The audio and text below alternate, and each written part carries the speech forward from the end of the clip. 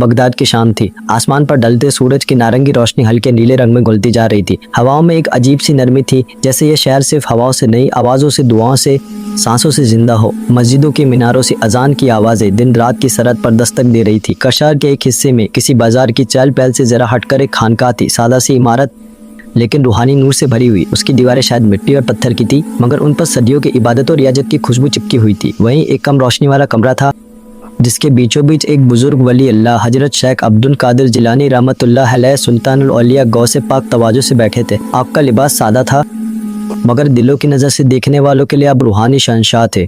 हजारों दीवाने आपके बयान से, आपकी सोहबत से, आपके इशारों से अपनी ज़िंदगी का रुख बदल रहे थे। आपको घेर कर बैठे थे तलबा, सालिकीन, फुकरा। कोई इल्म लेने आया था, कोई रूह की बेचैनी का इलाज करवाने, और कोई सिर्फ आपका चेहरा देखने, आपका नूर देखने, आपका जिक्र सुनने। ना बाहर से कदमों की आहट आई, दरवाजे पे किसी के रुकने की आवाज़, फिर हल्के से पर्दे के हिलने की सरसराहट। कमरे में बैठे लोग हल्के से उधर मुड़े, मगर उनकी निगाहों से ज़्यादा उनकी रूहों ने महसूस किया कि कोई नया मेहमान आया है। यहाँ अंदर दाखिल हुई एक औरत, सादा लिबास, चेहरे पर थकन और उम्मीद का अजीब सा मेल, आंखों में माँ वाली बेचैनी। उसके हाथों में एक छोटा सा बच्चा, शायद 5-6 साल का होगा। बच्चा माँ की गोद में था, लेकिन आंखें हैरत से सब कुछ देख रही थी। इबादत की वो फिजा, वो वली की महफिल, वो सुकून जो उसकी छोटी सी दुनिया से बिल्कुल अलग था। औरत ने दहलीज पर ही रुककर अपने दिल को संभाला और पूरे अदब से अंदर बढ़ी। कमरे में बैठे लोग उसके लिए रास्ता बना रहे थे। नजरों में तअज्जुब भी था, रहमत भी। वो धीरे धीरे कदम रखती हुई आगे बढ़ी, यहाँ तक कि गौसे पाक रहमतुल्लाह अलैह के सामने जाकर बैठ गई। और उसने अपना बच्चा अपने सीने से थोड़ा सा अलग किया, दोनों हाथों से उसे थामे रखा। फिर बरसों की जमा हुई हसरत की तरह उसकी आवाज़ निकली, नरम, कांपती हुई, मगर अज़म के साथ, दो हुजूर, ये मेरा बच्चा है। कमरे में सन्नाटा पसर गया। सबकी निगाहें अब इस औरत पर थीं, मगर सबसे ज़्यादा निगाहें गौसे पाक रहमतुल्लाह अलैह की थी, जिनकी नज़रों के सामने ज़ाहिर से ज़्यादा बातिन होता है। औरत ने आगे कहा, मैं एक साधारण सी औरत हूँ। मेरी हैसियत बस इतनी है कि इसे दुनिया का खाना, कपड़ा, साया तो दे सकती हूँ, मगर वो रूहानी साया नहीं दे सकती जो आपके दामन से मिलता है। हुजूर, मैं चाहती हूँ मेरा बच्चा अल्लाह वाला बन जाए। मैं चाहती हूँ कि ये आपकी निगरानी में पले, आपकी आंखों के सामने बड़ा हो, आपकी खानकाह में सांस ले, आपकी सोहबत की खुशबू में अपनी ज़िंदगी गुजारे। आप अगर मेहरबानी करें तो इसे अपने पास रख लीजिए। ये सिर्फ एक जुमला नहीं था, यह एक माँ की सबसे बड़ी कुर्बानी थी। अक्सर लोग अपने बच्चों को दुनिया के हवाले करते हैं, अच्छा स्कूल, अच्छा कोचिंग, अच्छा कारोबार। ये माँ अपने बच्चे को औलिया की सोहबत के हवाले कर रही थी। ना हज़रत गौसे पाक रहमतुल्लाह अलैह ने उस बच्चे को देखा, छोटा सा जिस्म, मासूम चेहरा, आंखों में मासूमियत। शायद अभी खेल कूद की उम्र थी, मगर रूहानी सफ़र के लिए अल्लाह ताला अक्सर ऐसे ही मासूम दिलों का इंतखाब करता है। यह आपके होठों पर मुस्कुराहट आई, वो मुस्कुराहट जो दिलों का बोझ हल्का कर देती थी, जो तौबा करने वाले को उम्मीद दे देती थी, जो रोने वालों की आंखों को यकीन की ठंडक दे देती थी। कठाप ने नरम लहजे में फरमाया, अच्छा, मैं इसे अपने पास रख लेता हूँ। कठा बस यही वो वाक़या था जिसने इस बच्चे की तकदीर का रुख बदल दिया। माँ के चेहरे पर एक पल को सुकून आया, जैसे उसने अपने दिल का सबसे अजीज टुकड़ा किसी ऐसी अमानत के सुपुर्द कर दिया जो कभी खयानत नहीं करती, जो हमेशा बेहतर से बेहतर लौटाती है। और दिन बदलने लगे। बच्चा अब खानका की ज़िंदगी में शामिल हो चुका था। सुबह की हवा उसे मस्जिद की सीढ़ियों पर ले जाती, जहां शायद वो हजरत के पीछे सफ़ में खड़ा होता, या दूर से खड़ा होकर नमाजियों को देखता। रात का सन्नाटा उसे उस कमरे के बाहर खड़ा कर लेता जहां से तहज्जुद की नमाज में रोने की हल्की हल्की आवाज़ें आती। वो देखता, ए कभी कोई फ़कीर आता भूखा प्यासा, गौसे पाक उसे खाना खिलाते, कपड़े पहनाते और फिर उसके दिल की बात सुनते। कभी कोई गुनाहगार रोते हुए आता, अपने गुनाह गिनता, आप उसे तौबा सिखाते, उसके दिल पर लगे दाग को जिक्र से धोते। कभी कोई इल्म का तलबगार आता, आप उसे कुरान और हदीस के नुक्ते समझाते, फ़िक्र और तसव्वुफ़ के मसाइल बताते। क्या इस सब के बीच में ऐसी वो बच्चा भी खानका का हिस्सा बनता गया। और उसकी प्लेट में हमेशा सादा खाना आता, थोड़ी सी रोटी, कुछ सादा सा सब्ज, कभी कभी कोई दाल। खानका में रहन सहन, खाने पीने, पहनने ओढ़ने, सब में सादगी का रंग था। मगर जिस बच्चे का घर का माहौल अलग हो, उसके लिए ये सब कुछ नया और अलग था। ऐसे दिन हफ्तों में बदले, हफ्ते महीनों में। बच्चे का जिस्म कुदरती तौर पर बदला। शायद उसने पहले जैसी भरपूर ग़िज़ा नहीं पाई, मगर उसके दिल पर रूहानियत का रंग चढ़ने लगा।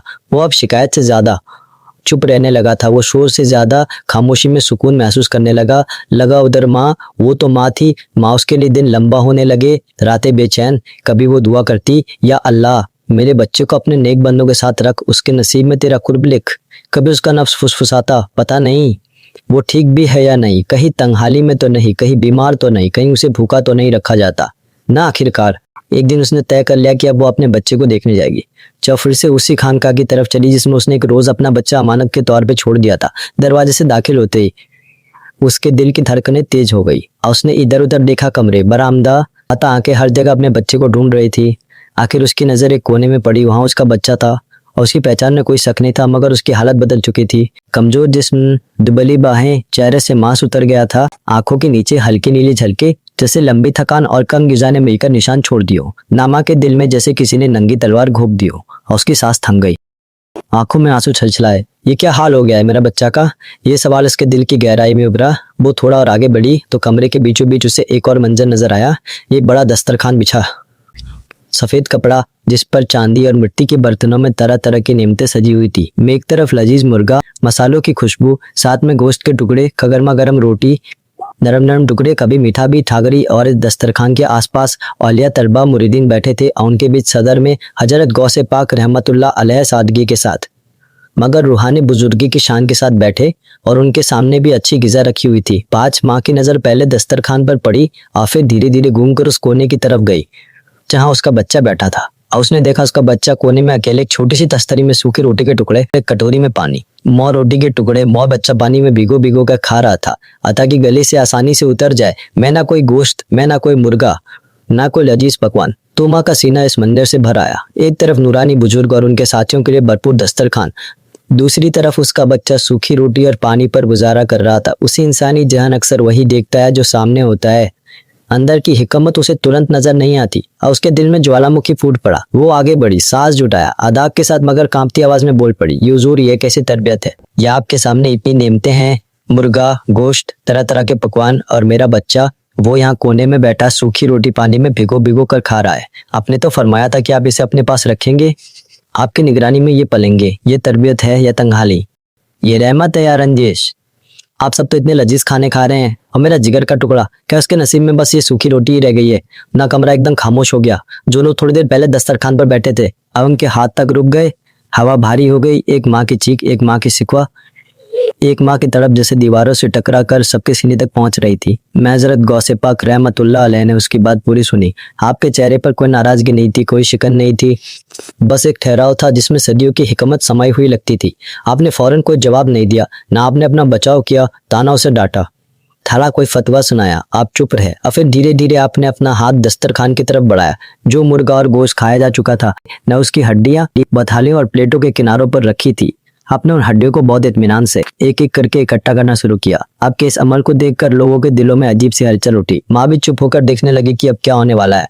आपने सारी हड्डियां एक जगह जमा कर ली, एक मिट्टी के प्याले या थाली में सब रख दिया। बिखरी हुई, टूटी हुई, बिना जान की हड्डियां जिनका काम खत्म हो चुका था, जिन्हें आमतौर पर कोई अहमियत नहीं देता। फिर आपने उस प्याले के सामने बैठकर अपनी नजरें आसमान की तरफ उठाई। कमरे में बैठे लोगों ने देखा आपका चेहरा नूर से भर गया।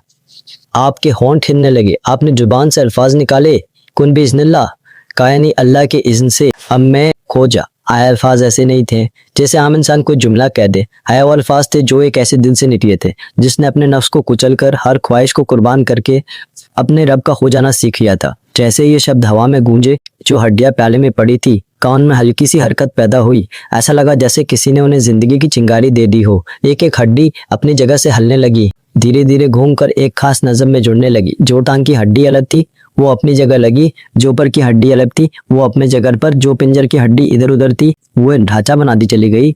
कमरे में बैठे लोग आंखें फैला के देख रहे थे। माँ अपनी जगह सख्त हो गई थी। बच्चा जो अभी तक सूखी रोटी खा रहा था, उसका हाथ रुक गया। कुछ ही पलों में एक ढांचा बना, और उस पर मांस, और उस पर उस पर जान की हरारत, और देखते ही देखते में एक जिंदा मुर्गा उस प्याले में खड़ा था। सफिर वो फड़फड़ाया, अपने पर फैलाए, जैसे ये ऐलान कर रहा हो कि अल्लाह जब चाहे मौजूद से नहीं, गैर मौजूद से भी चीज को पैदा कर सकता है। ना हड्डियां जो दुनिया की नजर में बस कचरा थी, अल्लाह के हुक्म से फिर एक नई जिंदगी बन गई। यह कोई तमाशा नहीं था, यह कोई जादू नहीं था, यह कोई सर्कस नहीं था, यह करामत थी।